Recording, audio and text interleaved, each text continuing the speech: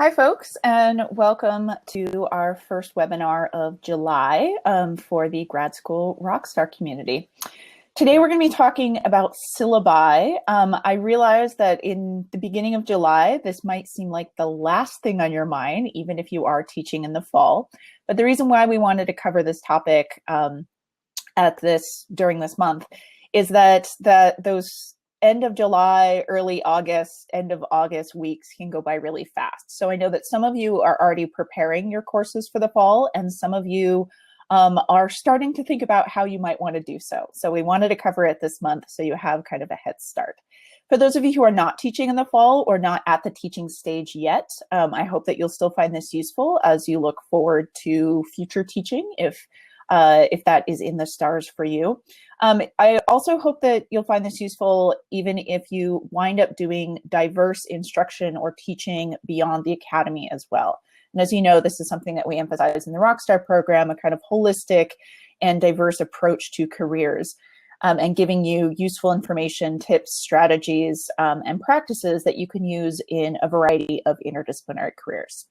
So let's go ahead and get started. On the side of your screen, you'll see the chat box. For those of you who haven't attended a webinar before, that is where you can post questions during the presentation. You can ask for clarification. You can offer comments or responses, or you can add questions that you want me to address during the Q&A session at the end. If you put them in the chat box over there, I'll see them and get to them in the Q&A. The other option is below the video screen, there's a big orange button. You can hit that and you can enter your question that way. Either way, I'll see it and I'll be able to address it at the end. So for those of you who don't know me or who haven't appeared in a webinar yet before, welcome. My name's Cathy Hannabach. I'm the president of Ideas on Fire and the founder of Grad School Rockstars. And these webinars have been really useful in helping the folks in the Rockstar community get a little bit more in-depth information and discussion about specific topics to help you rock your interdisciplinary graduate school life. So without further ado, I'm going to hope that my slides work. I'm going to minimize my video so you can actually read the stuff that's on the slides, and then I'll bring that back up at the end for the Q&A. So hopefully this works the way I want it to. Okay. So, writing syllabi that work. We're going to talk today about not just how to create syllabi, but also how to create syllabi for multiple audiences and multiple purposes. So that's the work part of the title. Now, we often think about syllabi, obviously, in a classroom situation, and we will definitely talk about that today. But I encourage you to think about syllabi beyond just the physical document that you hand to students the first day of class. It is that's an important part of what goes into a good syllabus, and we'll talk about that today. But you also use syllabi in a variety of contexts, and that's not something that graduate school or even faculty life often trains you to think about, and yet you wind up having to do it anyway.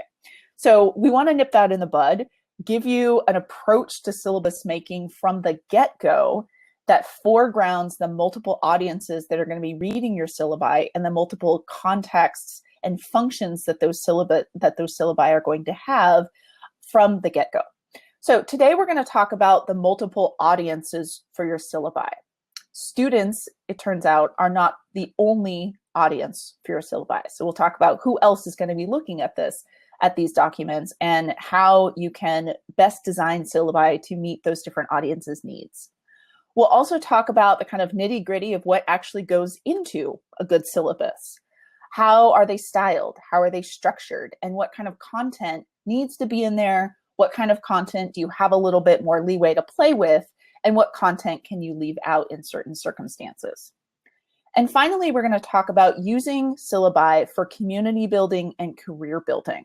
This last thing is something that not much advice on academia talks about.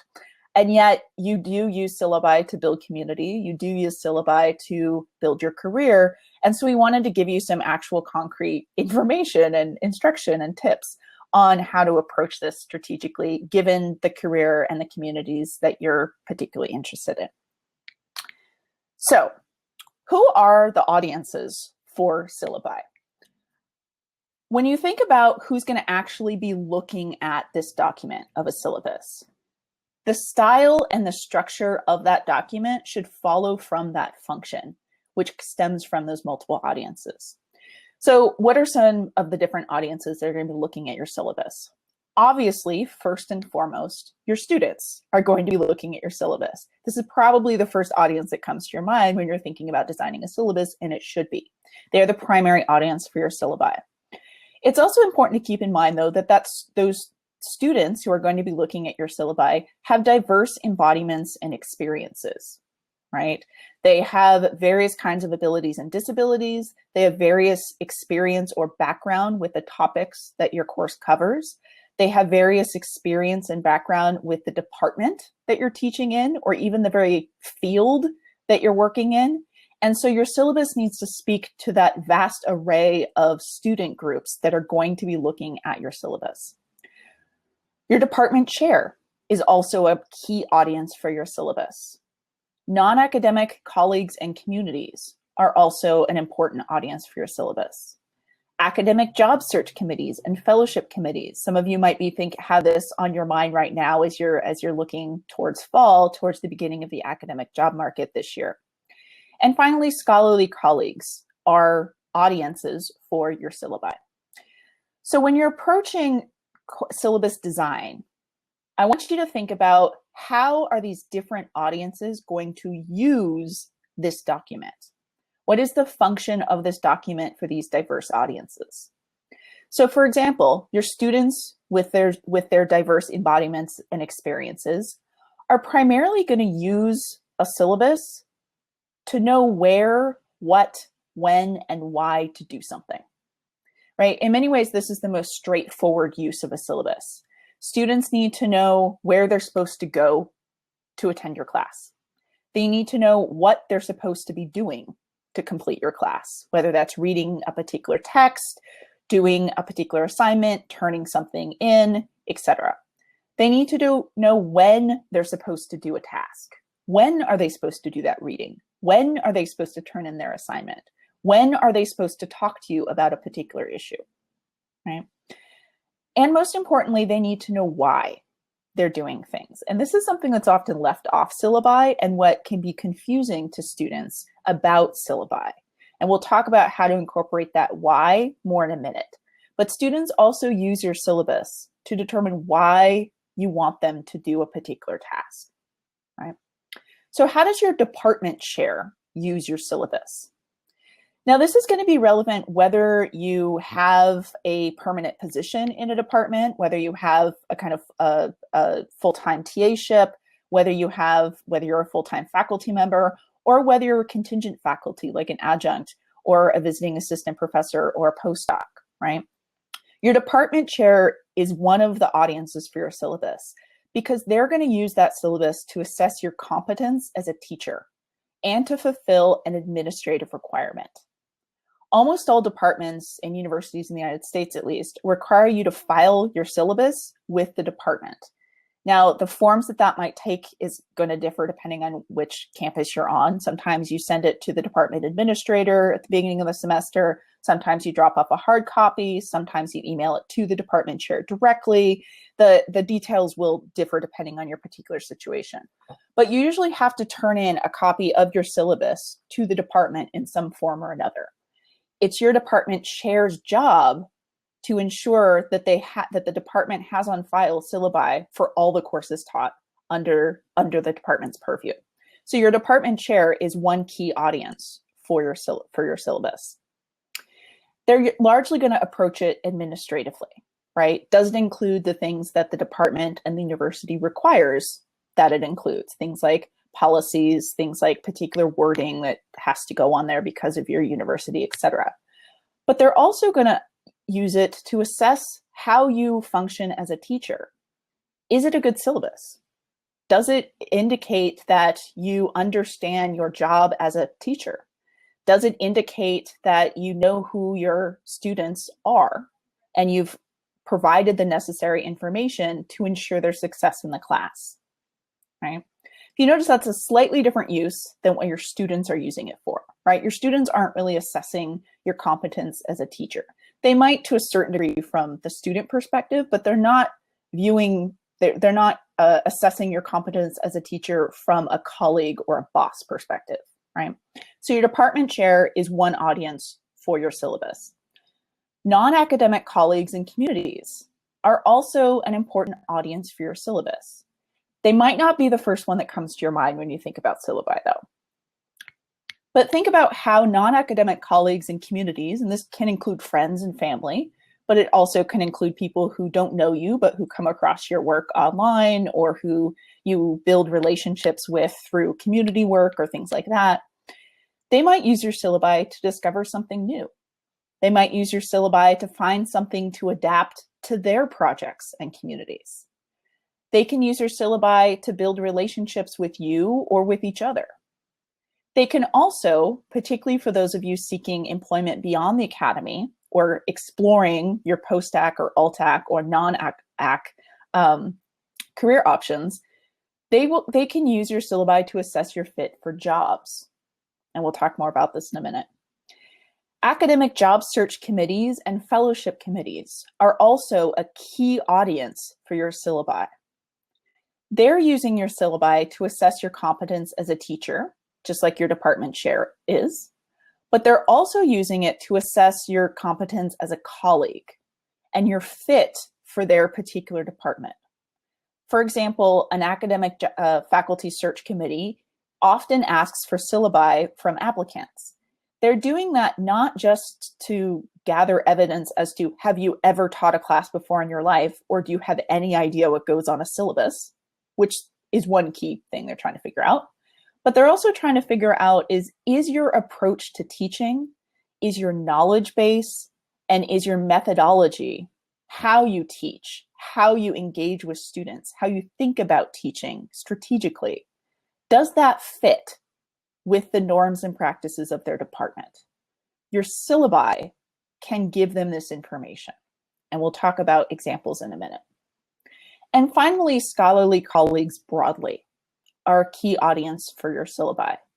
They can use your syllabi to build relationships with you, to get to know you, to contact you. Maybe they come across your syllabus online and think it's really amazing and get in touch with you. They can also adapt ideas from your syllabi to their own teaching. Indeed, this is how syllabi production happens in the academy, right? No one is born knowing how to make a syllabus. You learn how to make syllabi by looking at other syllabi and adapting it, remixing it for your individual context. So scholarly colleagues are a key audience for your syllabi because they can look to it for examples of ways they can approach their own teaching and assignments.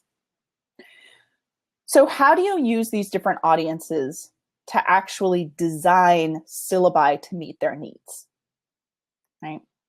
Let's start with the most obvious one of students. Clearly, students are your primary audience for syllabi, and they should be at the forefront of your design choices, right? So think about, again, how they're going to use this thing. Their use should structure the style, the structure, and the content that you put into it. So if their primary use for this document of a syllabus is to do something, to know where to do it, to know what to do, to know when to do it, and to know why to do it, you can think when you're designing your syllabus about issues of accessibility. Students with diverse embodiments, that's various forms of abilities and disabilities, as well as students with various experiences, should shape how you structure your syllabi. For example, one way to ensure that your syllabi are accessible to a large number of types of students is to either avoid or very explicitly explain any jargon. This can be extremely hard, particularly if you are new to teaching. This is something that you learn by teaching, exactly how much you need to cut or break down the jargon that as a scholar might be second nature to you, but then again, you learned it, right, at some point. So part of being a good teacher, part of being a good curriculum designer, if that's not really the right word, but you get what I mean, part of being a good teacher is recognizing and avoiding jargon that doesn't make sense to the audience that you're aiming for, right? It's off-putting, it makes them shut down, and they often experience it as you calling them dumb. And you can think about how nice that feels, right? Not very nice at all.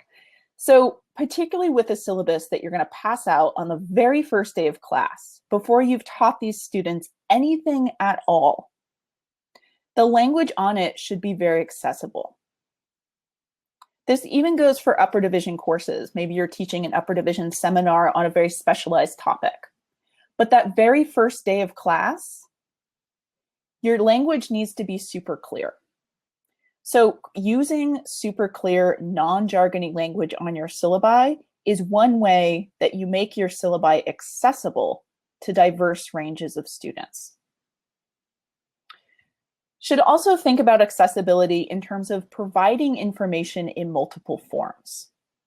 This can include things like image captions on the actual syllabus document itself, right? Hyperlinks to more information for digital versions of your syllabi. Clear headings and subheadings. This relates to how you can use style to convey content.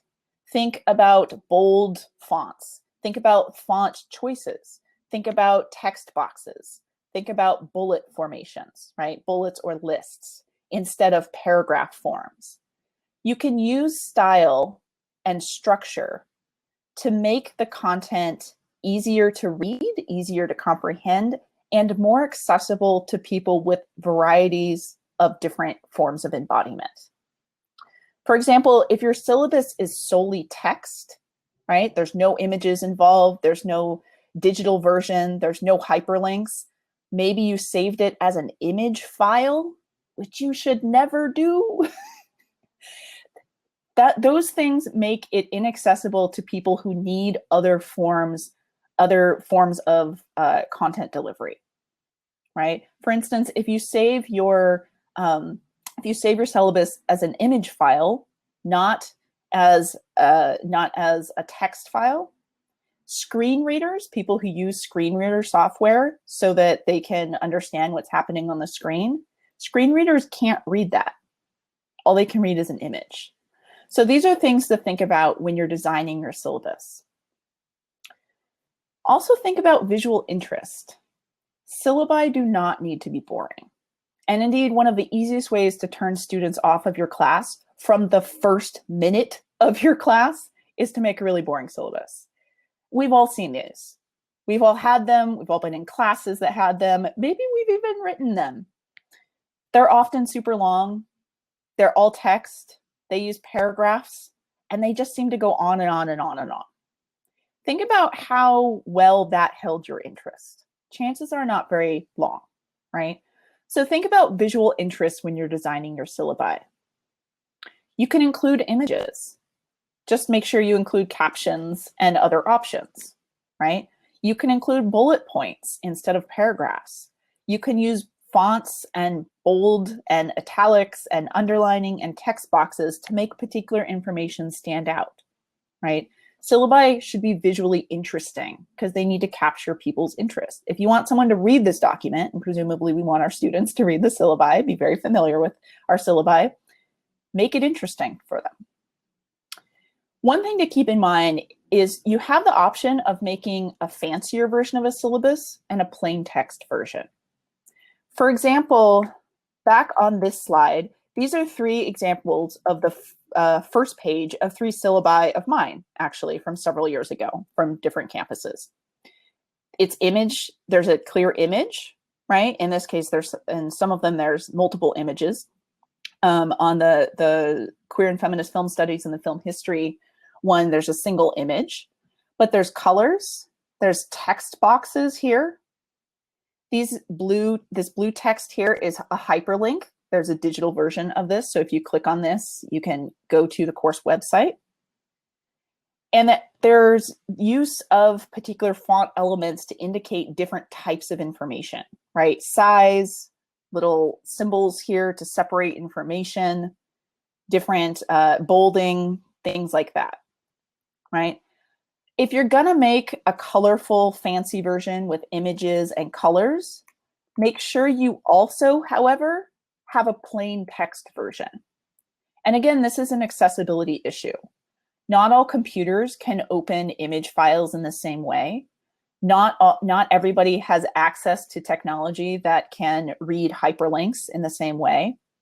And not all bodies can perceive or comprehend those different forms of those different kinds of content in the same way. So if you're gonna make a colorful, image-heavy, fancy version, which I encourage you to explore or at least tinker around with, make sure you also provide a completely plain text version that contains the exact same information.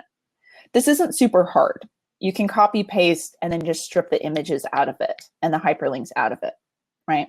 But providing those two different versions ensures that people with different embodiments and different learning styles can still consume the important information that they need to consume on a syllabus. Right? Also keep in mind that your syllabus should be available in multiple locations for your students. The most obvious one is to hand out hard copies the first day of class, right? But also keep hard copies on you throughout the semester. Bring a couple extra copies of the syllabus to each of your classes, each class meeting, right? Students lose stuff. It happens. They're human. That's okay. And sometimes students add later on in the semester and need a hard copy, right? Keep multiple copies of it with you. You don't need to carry a ton, but a few with you to each class, so you can ensure that you can hand them another copy should they need one. Your syllabus should also be posted on your course management system, whatever version your campus or your department uses.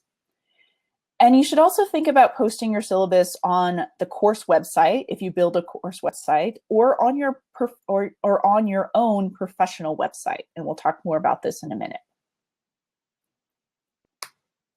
So what about your department chair as one of the other audiences for your syllabus?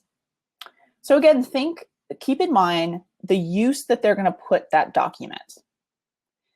Primarily, your department chair is going to use your syllabus to assess your competence as a teacher.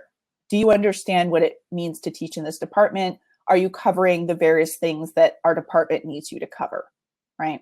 It's a largely administrative assessment.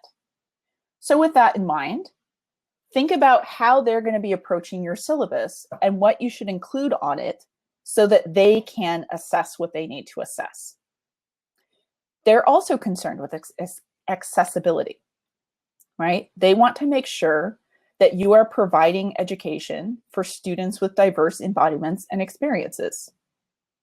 So to go back to the previous slide, the same way that you use your students' need for accessibility to shape the syllabus for them, you're going to use your students' need for accessibility to shape your syllabus for your department chair, right? Again, because your department chair is assessing your competence as a teacher through your syllabus, you need to make sure that you have thorough and clear explanations of the course. These things will also benefit your students, perhaps obviously, right? Your department chair is also going to keep in mind what kind of assignments you have. Are you clear and creative in coming up with those? Do you provide all the necessary information so your students can understand the assignments, complete them, and succeed at them, right? If you have kind of really complicated assignments that might be really amazing, that might address really complex, interesting topics, but you don't provide enough information for students to really do them, that's on you, right? If students do poorly on those assignments, that's not their fault, that's yours. And that reflects poorly on you as a teacher, because you haven't provided students the information and the resources that they need to succeed on those assignments. And that's one of the things that your department chair is looking at your syllabus for. Do you provide your students, their audience as a department, what those students need to succeed in your course, right? Your department chair is also going to be looking at who and what you assign. Do you assign a diverse range of authors or creators depending on the types of text you're assigning. And do your kind of choices of who and what you assign show that you understand the field as well as the department's norms and goals. For example, if you're teaching in a women and gender studies department, your syllabus should draw on the field of women and gender studies. If all of the texts that you assigned come from sociology, your women and gender studies department chair is going to look at that and wonder why, right? Because it doesn't reflect the field that you're teaching in. Or for example, if your department has a particular set of norms or practices or patterns that they like to or recommend that you include on your syllabus, do you do that? Right? For example, if one of your department's goals is to is interdisciplinarity, right? Is to teach and value work coming from multiple perspectives and disciplines. That should be reflected in your syllabus. And that's something that your department chair is going to be looking at. If your department has a strong emphasis on interdisciplinarity, but all of your texts and your assignments come from one single discipline or field, there's a mismatch there, right? So make sure that your syllabus reflects the department's practices, norms, and goals. This is something your department chair is looking for. Your department chair is also looking at how the course content and assignments match up with the course level and the student body. Early on in teaching, when you're teaching your first few courses, oftentimes people have a tendency to way over assign material to students. You get better at this as you teach more courses. You refine your teaching style. But one of the things that your department chair is looking at is, can you accurately assess the course load, the workload, and the types of assignments for the level that the course is actually taught at? If you're teaching an introduction to ethnic studies course, lower division, designed for first-year college students, presumes no prior coursework or knowledge in this field, the course content and the assignments need to reflect that level.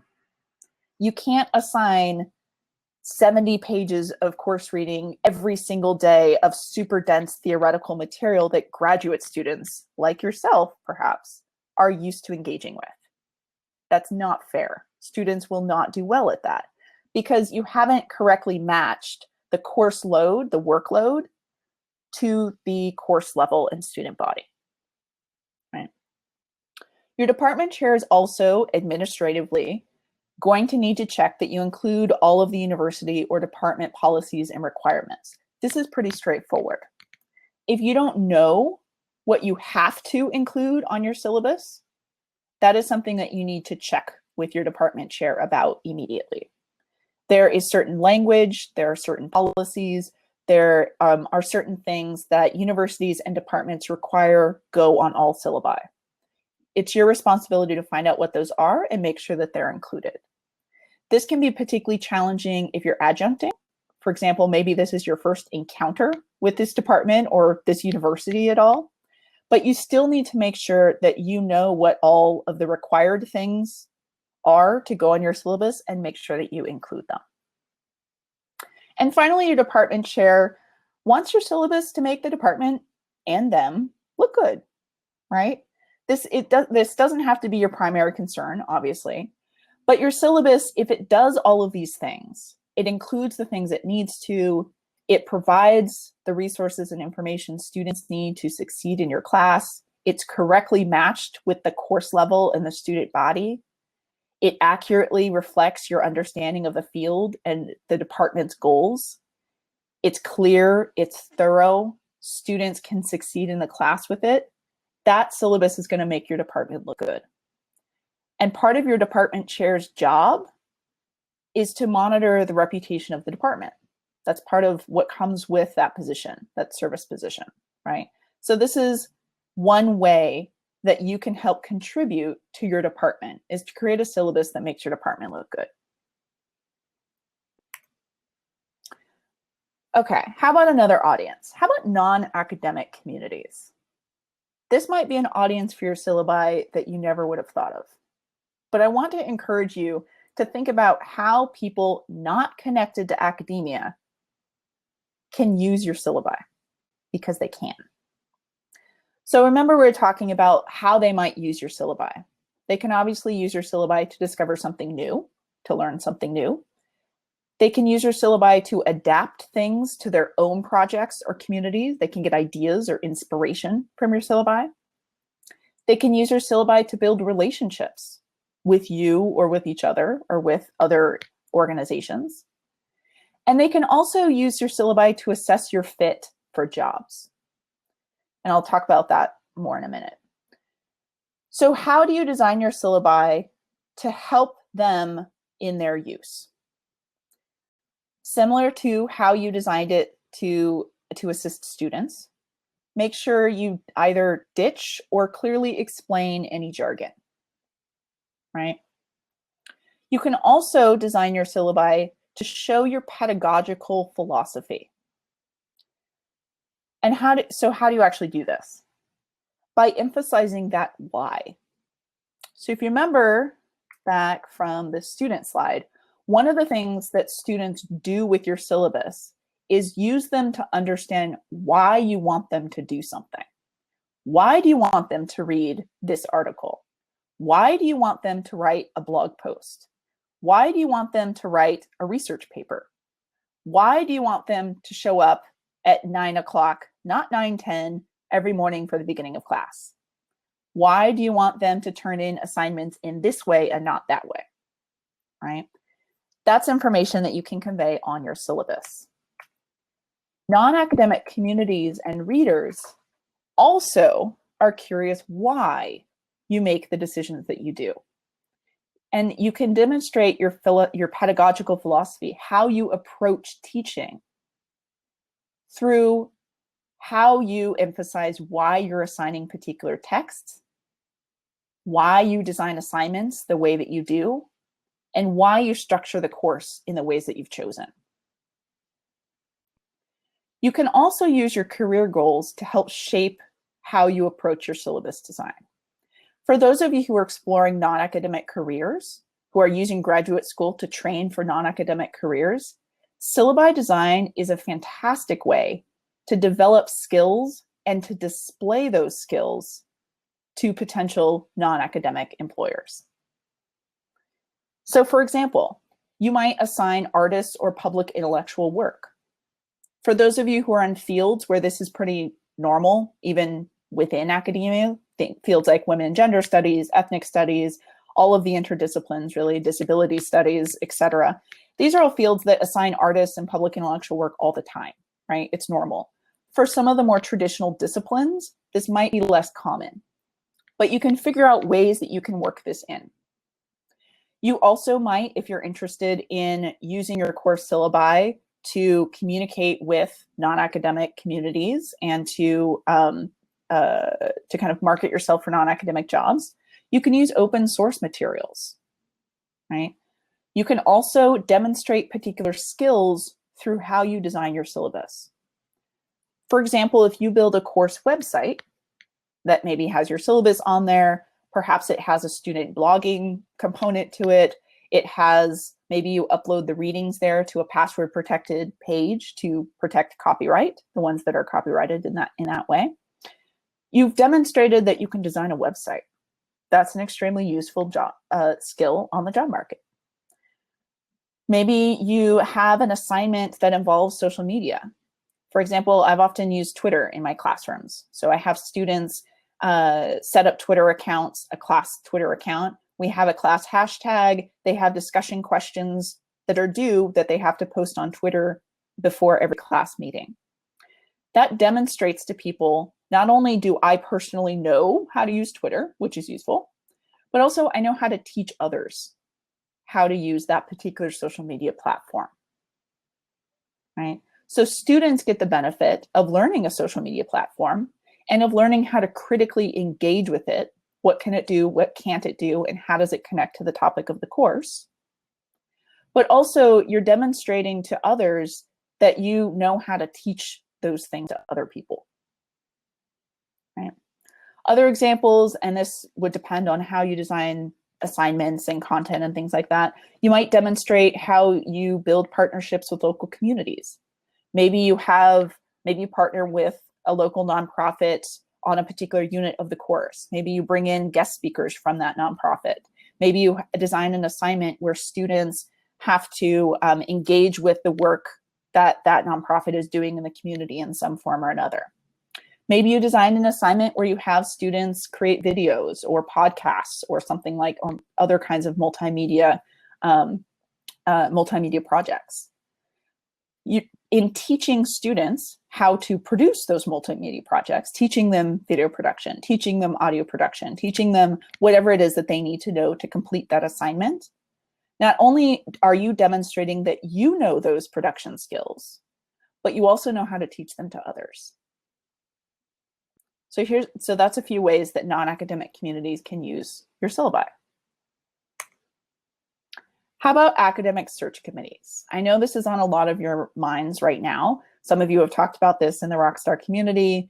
You're prepping for the fall job market, academic job market, and you're curious about how to write syllabi for job applications in academia. Again, start by thinking about how academic search committees are going to use your syllabi. Let that use guide how you structure them. So academic search committees, for example, for faculty jobs, are going to be looking at your syllabi to assess your competence as a teacher, just like your department chair is. But they're also assessing your fit as a colleague. Do you fit with their department? Is something that they're looking for in your syllabi. So much in the same way as you approach your syllabi from the department chair perspective, there are also a couple additional things here.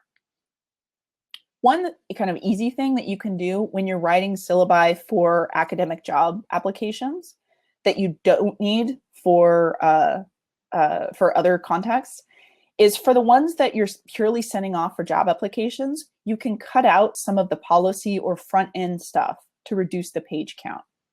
So for example, you don't need 3 full pages of policies that are specific to your university to include on a syllabus that you're sending to apply for a job at another university, right? Because they're going to have different policies. As long as you have some indication on there that you know that policies exist at universities and that you need to include them on your syllabi, you don't need to include all of the individual ones that you had to for your current institution. Since job applications can get super duper long these days, and considering that Interfolio often charges you per page, depending on what kind of plan you have, reducing page count can be really helpful. Reducing page count can also be really helpful for your academic search committees. Think about things from their perspective. They're reading hundreds and hundreds of job application packets. So we're talking thousands of pages of material. Anytime you can make their lives easier, do it. They will like you better. You will it reflects better on you because it reflects that you've thought about their life and the difficulty that is being on the hiring side of the academic job market. So you can also use your syllabi when applying to academic jobs to show your pedagogical philosophy, right? This is the same approach that you use to use your syllabi to appeal to non-academic colleagues and communities. So use your syllabi to emphasize why you're assigning particular texts. Set up your syllabi using topics or keywords, for example, is one way you can do that. You can also design assignments reflecting department or university or community resources. This shows that you understand the department that you're applying to. So for example, if you are applying for a job in a department that has long-standing ties to community media organizations, let's say, designing assignments for your application syllabi that name those specific media organizations and have students engage with them shows, number one, that you've researched that department and that school and the broader community it's part of. But it also shows that you've been very thoughtful about how you would actually teach in that real department and in a concrete way, rather than kind of vague statements like, I will just adapt this. I will adapt my teaching style. I will adapt my approach. I will adapt my experience to your individual place. It's a very vague statement, and you haven't provided any evidence for it, right? But using your syllabi that you include in your job application packets to actually show that you've done that provides concrete evidence that you've spent the time to figure out how you would fit into this department and contribute to its goals. Your syllabi in your job application packets can also demonstrate that you understand those specific department norms. So how do you find out what those department norms are if you don't already work there, right? One key way is to study syllabi examples. Google is your friend in this sense. Often not our friends in other contexts, but Google can be really helpful here. So see if you can find syllabi from that department that you can mine for information. How do the people who already teach there or who perhaps have taught there in the past approach syllabi for that department? You can also study department or university materials or language. What terminology do they use? For example, if you are trained in the field of queer studies, and that's the terminology that you use to describe your work, see if that language or adjacent language is the one that's used in the department that you're applying to. Maybe they use LGBTQ. Maybe they use LGBT. Maybe they use sexuality studies instead of queer studies, or in addition to queer studies. Similarly, maybe you come out of a department or your degree is in women and gender studies. What's the language that the department that you're applying to uses?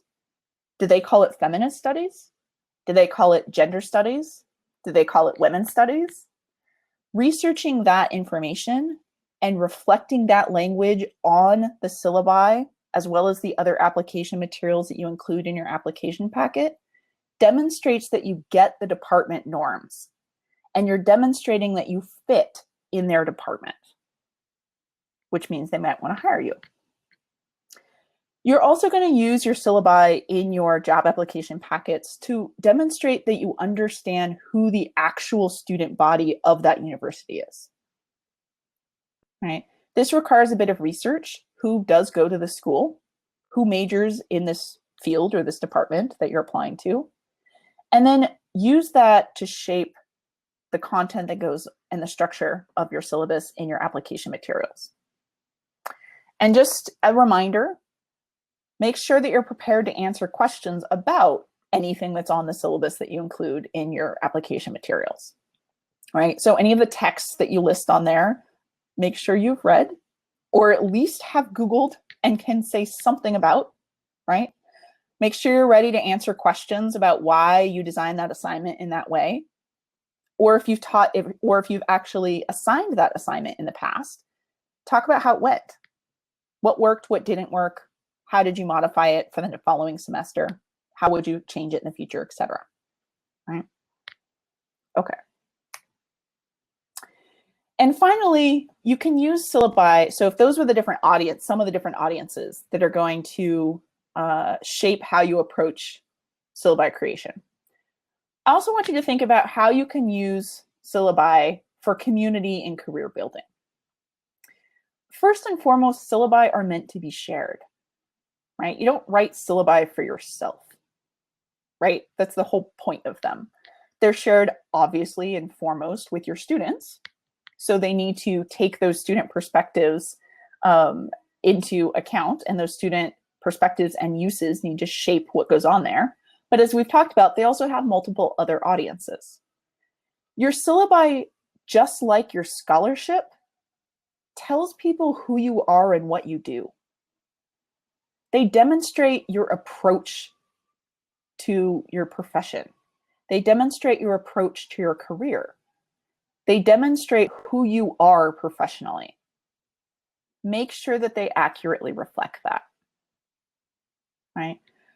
Your syllabi can be posted, and I recommend that you post them on your professional website if you have one. They should also be posted on your course website if you have a separate course website. And they should be posted publicly, right? They're meant to be shared. You can share them on social media. You can add a tweet. I just finished writing my syllabus for my Intro to Black Feminism course for the fall. I'm really excited. Here's the syllabus. Fellow teachers, fellow graduate students, faculty love seeing other people's syllabi. They'll share that stuff, right? And they'll compliment you on it, and they'll give you suggestions for it. So feel free to share it, post it, and build community and careers through it. Another way you can build community and careers through your syllabi is to add an acknowledgement section. When I discovered this, it blew my mind, and it totally changed how I designed syllabi. As I mentioned at the very beginning of this, nobody is born knowing how to write a syllabus. It's a very specific, kind of odd writing genre, and we learn it by looking at other examples. And then we adapt those other examples to our specific needs and context, right? So one key way that you can build community and just frankly be an ethical person when making your syllabi is give credit to the people who gave you the inspiration and ideas for your syllabi. In the same way that you cite and acknowledge the fellow scholars who gave you the ideas and inspiration for your research, right? Give credit where credit is due. So on this slide, I have a screenshot of a acknowledgement sections from one of my syllabi, which comes on the, I think, second page of the syllabus, kind of in the like before the policy section and after the course description, I think. And it's just a what, 2 sentences long, super short. In designing this course, I have built on and drawn inspiration from the fabulous pedagogical work of Janelle Hobson, Gail Salomon, Karen Kaplan, Alexis Lothian, Liz Montagueri, Brian Croxall, Adrian Shaw, Shannon Lundeen, Joshua Clover, and the folks at Professor Hacker.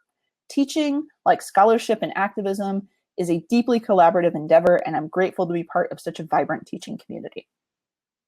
I include links to these people's websites, and they get traffic from my course websites, right? They also know that I am inspired by and grateful to them for providing the inspiration and information I needed to become a better professor. Super easy way to both just be an ethical, non-crappy person and give credit where credit is due. It's also a way to make friends. If you haven't met some of these people in person, but you draw inspiration from them, it's a good way to get to meet them.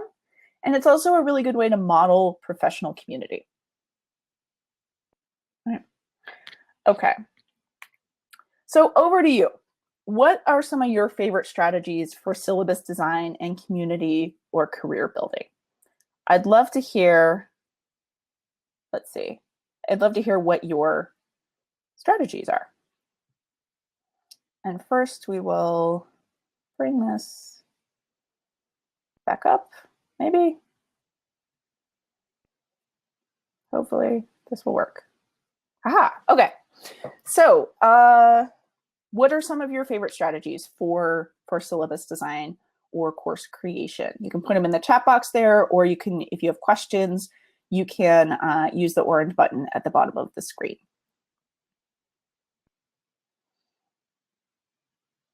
You can also ask them and as follow-up questions in our Rockstar Slack community. Myself and any of the other coaches would be happy to talk with you about syllabus design and about teaching more broadly. So one of the things that I hope you gathered from today's webinar is that syllabi have more uses and more audiences than we often think of them as having, right? Students are not the only audience for your syllabi.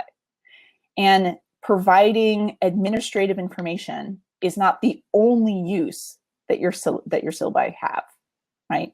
So I want you to think broadly when you're designing your syllabi and when you're revising your syllabi for future semesters, whether this is your first time teaching a class or whether you're an old hat, you've taught a ton of courses, you teach your own courses, you've been doing this for a while, but you still might be looking toward how to revise your syllabi for the future. Think broadly. Who's going to be looking at this document? All of the different people who are going to be looking at this document. What are they going to do with it? What do they need from it? What information do they need it to include so that they can do whatever it is that they're going to do with it? And then how can you use their needs and those diverse audiences' perspectives to shape the structure of your syllabus, the style of your syllabus, and the content of your syllabus? Okay. Doesn't look like there are any questions, which is fine. As I said, you can always post your questions in Slack, and we will jump right on those in office hours. Our next webinar coming up is August 8th, which is going to be NASA Rockstar exclusive webinar, and that's going to be covering navigating academic conferences just in time to kick off the fall academic conference season. So I hope you'll join us on August 8th. And I will see you all in Slack. Thank you all for being here. I hope you had a fabulous afternoon. I hope you have a fabulous rest of your week. And I will see you in Slack. Bye.